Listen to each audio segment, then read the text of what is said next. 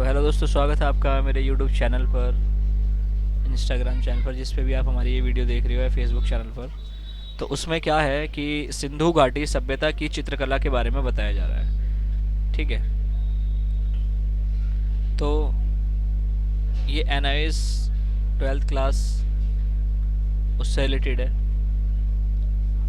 ठीक है, तो हम इसके बारे में पढ़ेंगे कि आखिर सिंधु घाटी सभ्यता की चित्रकला कैसी कैसी आ रही है। ठीक है। तो देखिए, पिछले पार्ट में जो हमने प्रागैतिहासिक काल के जो शैल चित्र थे गुफाओं में, उसमें हमने क्या पढ़ा था, सिंधु घाटी सभ्यता के विषय में जानेंगे। भारतीय कला का प्राचीनतम काल भारतीय सिंधु घाटी संस्कृत को ईसा पूर्व तीसरी शताब्दी में लगभग 1700 वर्ष ईसा पूर्व तक फली फूली इस महान सभ्यता की खोज बड़े आश्चर्यजनक ढंग से 19वीं शताब्दी में हुई। हड़प्पा तथा मोहनजोदड़ो वे महत्वपूर्ण स्थान हैं जहां पर सभ्यता के अवशेष मिले हैं। इन स्थानों पर मिले अवशेषों से ज्ञात होता है कि यह सभ्यता आवश्यक व नागरीय सभ्यता थी। इसके निर्माण कार्यों में उन्नति सामग्री का प्रयोग किया गया था तथा घरों में ऊपरी मंजिल, स्नान घर, कुएं तथा स्थित थे। इसका मतलब यह है कि ये जो सभ्यता थी, ये इतनी डेवलप थी पहले से ही कि मतलब 5-6 हज़ार साल पहले, 1700 साल पहले, कि उसमें नहाने के कुएं और नहाने का जो टॉयलेट, बाथरूम, ये सब चीज़ें उन्होंने अपने उसमें बना रखी थी। गली, घर, मंदिर, अनाज भंडार, कार्यशाला स्थल, सामूहिक आवास, बाजार भी थे, अस्तित्व सब उस टाइम पे उन्होंने उन्नत ढंग से पानी के निकास व्यवस्था जो है पाया जाना विकसित है। सभ्यता की कहानी बताता है ऐसी सामाजिक आर्थिक तौर पर विकसित सभ्यता, कला व शिल्प विकास स्वाभाविक है। इस अध्ययन में हम केवल इस सभ्यता के उन चित्रों को सीमित रखेंगे मिट्टी के बर्तनों को बनाए गए। मतलब हम इस चैप्टर में जो हम बात करेंगे, वो हम ये बात करेंगे कि जो मिट्टी के बर्तन थे, उससे हम पता लगाएंगे कि वो सभ्यता जो है वो कितनी उन्नत थी। उन बर्तनों का उपयोग भंडारण और मृतकों को दफनाने के समय किया जाता था।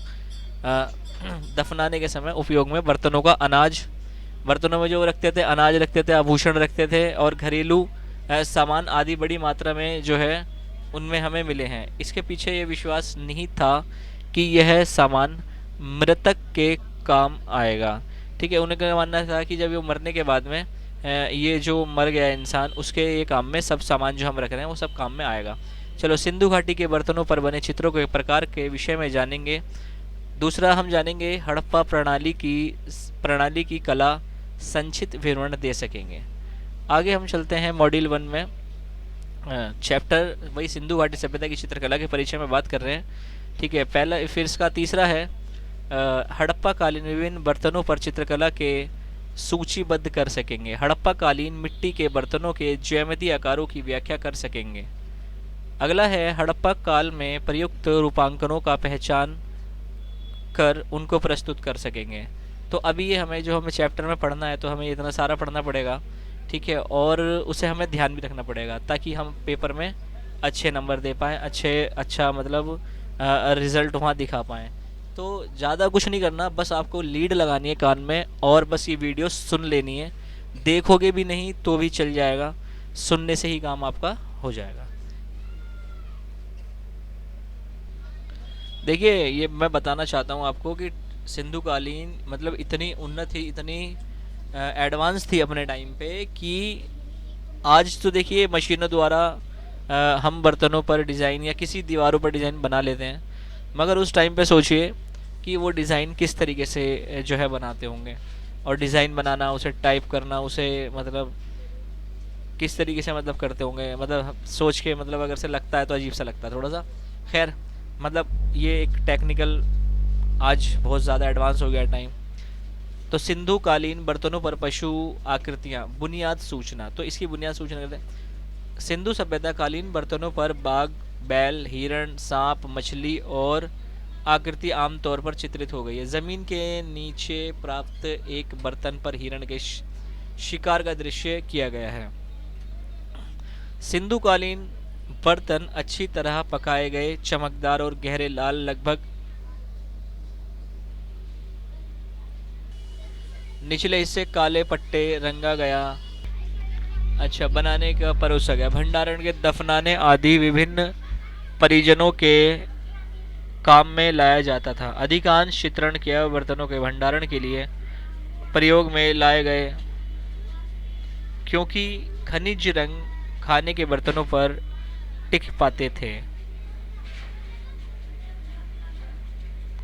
ये देखिए किस प्रकार की जो है आकृति दिख रही है कि एक सांप बना हुआ है इस पे, और वो पूरा जो है घूमा हुआ है नीचे तक। ठीक है, तो हम नीचे देखते हैं इसे काफ़ी अच्छे तरीके से। तो आगे बढ़ते हैं। परोसने हेतु बर्तन जिस पर सांप की आकृति चित्रित है। ये परोसने का बर्तन है, ये खाने का बर्तन है। ठीक है, तो अब देखिए इसमें शीर्षक हमें इस तरीके से लिखना पड़ता है वहाँ पर पेपर में कि शीर्षक कलाकार, मध्य कलाकार, शैली। ठीक है, तो हमें जो शीर्षक में बताना पड़ता है कि ये किस चीज़ की क्या चीज़ है। ये तो परोसने का बर्तन है, खाना निकालने का बर्तन है, जिस पे बना हुआ है सांप की आकृति चित्रित है। ठीक है, फिर हमें कलाकार बताना है। कलाकार कौन है भाई? कलाकार तो इतने 1000 साल पहले का, हमें क्या पता कौन होगा। अज्ञात लिखेंगे उसे। फिर तीसरा लिखेंगे माध्यम, मिट्टी पर खनिज रंग। जो मिट्टी है उस पे जो खनिज रंग है, वो रंग का जो कलर है वो खाने वाला कलर है। ठीक है। काल, यानी काल का मतलब टाइम, कौन से टाइम का है ये? हड़प्पा काल के समय का है ये। शैली, हड़प्पा शैली है। तो आगे बढ़ते हैं। सामान्य परिचय। सामान्य परिचय में क्या है? यह है मतलब सामान्य परिचय इसके बारे में बताना है कि ये किस, क्या इसकी लंबाई है, ऊंचाई है, कैसा दिख रहा है, कौन इस पे लिपटा हुआ है, अंदर से कितना बड़ा है, कितना छोटा है, तो इसके बारे में हमें लिखना है। तो यह है चौड़े खुले मुंह वाला तथा कम ऊंचाई वाला बर्तन है। संभवतः उसका उपयोग खाना परोसने में किया होगा। इस बर्तन की सूची बाहरी सतह पर एक सांप लिपटा हुआ अंकित किया गया है।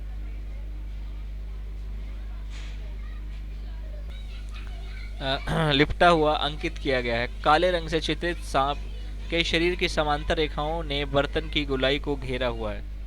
लहरदार पड़ी रेखाओं को यह रूपांकन बहुत सुंदर है। बर्तनों को चाक पर बनाया गया तथा आग में पकाया गया है। बर्तनों पर वांछित रंग प्राप्त करने हेतु आवश्यक कौशल अत्यंत महत्वपूर्ण है। सिंधी के कुंभकार इस कौशल में अत्यंत दक्ष थे। मतलब बहुत बढ़िया थे वो, बहुत अच्छे तरीके से बनाते। तो इसमें हमें बताया गया, अगर हमें क्वेश्चन वोश्चन आ जाए तो हमें कैसे बताना है इसका, कि बर्तन पर सूची बाहरी सतह पर लिपटा हुआ एक सांप है, और इसे चौड़े मुंह वाला बर्तन है, और लहरदार इस पे पड़ी हुई रेखाओं का सांप पर पड़ी हुई है, वो सुंदर दिखता है काफ़ी, और चाक पर बनाया गया तथा आग में पकाया गया बर्तन है। ठीक है, तो कौशल है, तो ये कौन सी शैली की है? तो कौशल में अत्यंत है, तो इसमें हमें बताना पड़ेगा आगे। चलो देखते हैं क्या क्वेश्चन आता है। आइए अब हम हड़प्पा कालीन के बारे में, चित्रों के बारे में जानें। तो अभी हमें हड़प्पा के बर्तन भंडारण मर्तमान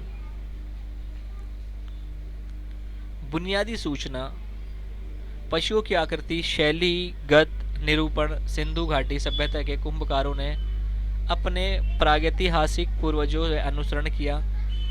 पशुओं की आकृतियों की सहजता बहुत ही रोचक है। यह कहना कठिन है कि यह चित्रकारी कुंभकारों द्वारा की गई है। संभवतः इन बर्तनों की सज्जा हेतु विशेषज्ञ चित्रकार नियुक्त किए गए थे। अब इसके बारे में जानते हैं। शीर्षक कौन है इसका? शीर्षक है बैल एवं चित्रण किए गए बर्तन। कलाकार कौन है? अज्ञात है। माध्यम कौन है? मिट्टी पर खनिज रंग से बनाया हुआ। काल क्या है? हड़प्पा काल से। देखिए जैसे कि मैंने बताया अभी, कि दोबारा से एक बार बताता हूँ। शीर्षक बैल एवं हिरण के चित्रण का बर्तन है। ठीक है, कि इसमें जो चित्रण है वो बर्तन पर वो एक बैल का और एक हिरण का है। जो कलाकार है जिसने बनाया है वो अज्ञात है। माध्यम जो है इसे मिट्टी पर खनिज रंग से बनाया गया है। काल हड़प्पा काल 2500 ईसा पूर्व है। शैली है इसकी हड़प्पा शैली। आगे बढ़ते हैं। ठीक है, सिंधु घाटी सभ्यता की चित्रकला। सिंधु घाटी सभ्यता की चित्रकला का परिचय। तो ये देखिए आपको दिखाई दे रहा होगा, एक बैल दिखाई दे रहा है आपको। ठीक है, जैसे कि लिखा हुआ भी है कि हम अपने उसमें देखते हैं कि इसमें हमें क्या क्या दिखता है। बैल और हिरन। चलो हिरन देखते हैं, एक हिरन। ठीक है, ये ये हमें बैल नुमा दिखाई दे रहा है और गाय भी समझ में आ रही है, गाय हैं। और आगे बढ़ते हैं इसमें। अच्छा, मर्तबान जिस पर बैल और हिरन का चित्र है। तो आगे बढ़ते हैं इसमें। सामान्य विवरण। यह मर्तबान चाक पर हाथों से आकार देकर ढाला गया है। संभवतः इसका उपयोग तेज अनाज को ले जाने और भोजन सुरक्षित रखने हेतु किया जाता रहा होगा। इस सुंदर लाल मर्तबान में समूचे शरीर पर काली धारियों के मध्य पशु आकृतियों से सज्जा दी गई है। मर्तबान के मध्य भाग में एक बड़ा बैल बनाया गया है। इसकी सजावट आड़ी तिरछी रेखाओं से बने पैटर्न और मोटी धारियों से की गई है। बैल की लंबोतरी आकृति हड़प्पा की टेराकोट पर बनी बैल आकृति से सामान्य रखते हैं। इस कला बैल एवं शक्ति के प्रतीक रूप से प्रयुक्त है।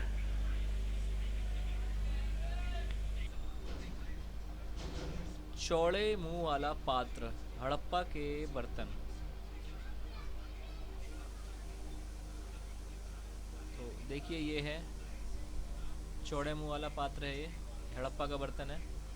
ठीक है, तो इसे बुनियादी सूचना ये है कि हड़प्पा सभ्यता के विशेषों के विभिन्न आकारों और मापों में अनेक बर्तनों को प्राप्त करते हैं। इन बर्तनों का उपयोग विभिन्न उद्देश्य हेतु किया जाता है। इस बर्तन का उपयोग संभवतः भोजन परोसने और हेतु कटोरे का प्याले के मुख्य रूप में किया जाता होगा।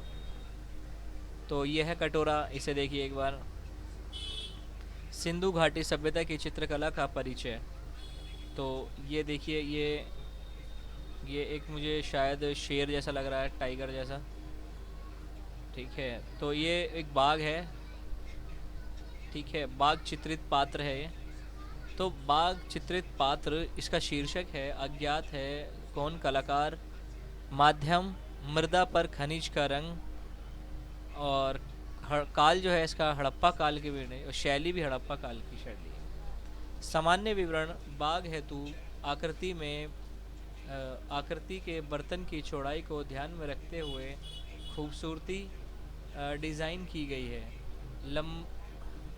लंबी पतली बाघ की आकृति को बर्तन पे बनाई गई गोलाकार आकृति धारियों के मध्य कुशलतापूर्वक संयोजित किया गया है। बाघ के समूचे शरीर को एक दूसरे को काटती तिरछी रेखाओं पर भर दिया गया है।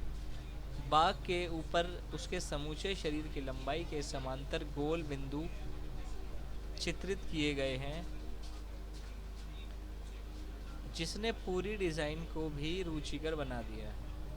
रिक्त स्थान को भरने के लिए हेतु डिज़ाइन का नियोजन अद्भुत है।